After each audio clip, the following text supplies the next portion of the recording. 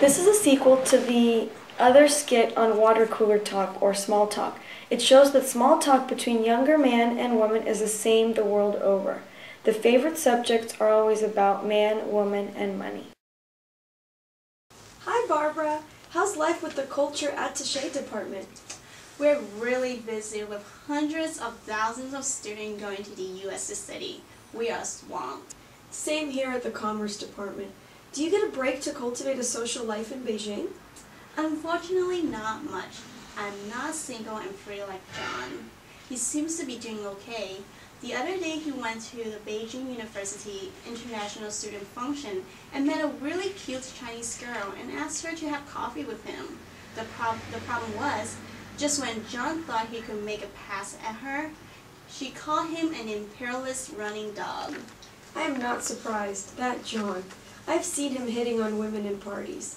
He was like a bull in a china shop, incredibly aggressive and obnoxious. That is John, alright. I wonder sometimes how a USC fraternity guy gets into a foreign service. His family has connections to the Orange County Republican Party. He thinks that all he has to do is show a little all-American swagger and charm, and Chinese women will swoon and succumb. These Beijing University women are the elites of China, very sophisticated. They see through him in a heartbeat. Enough about John. No class, no finesse.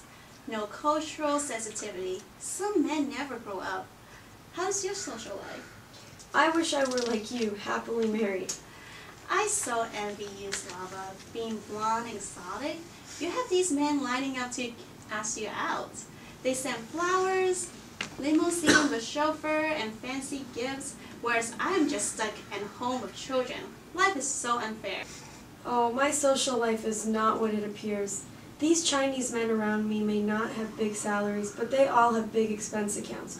All they need to say to their boss is, I'm entertaining an American diplomat, and the boss signs off on the expense account. With the RMB being so high, I barely keep my family going with instant noodles.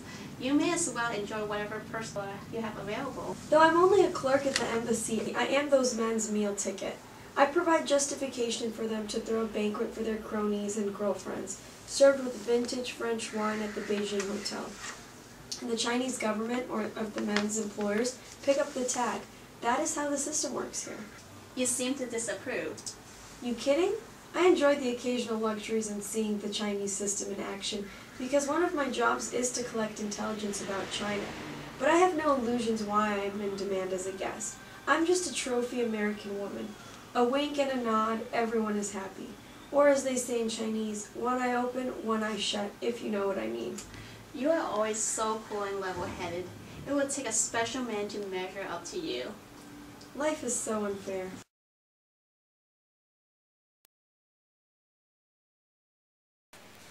According to Americans living in China, the Chinese think three types of people are cute: children, pets, and foreigners speaking Mandarin. In other words, these foreigners may be cute and lovable when they speak Mandarin, but like children and pets, they're not to be taken seriously. On the other hand, the Americans who have lived in China a long time sometimes develop a certain cynicism about their Chinese hosts. The fictitious Slava in this skit represents such a viewpoint.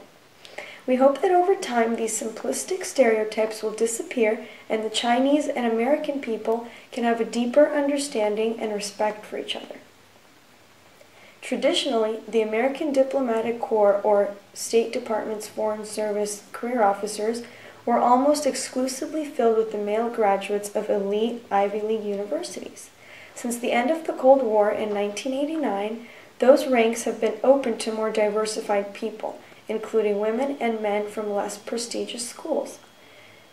There are some new social and cultural divisions. USC, or the University of California, is a well-known party school.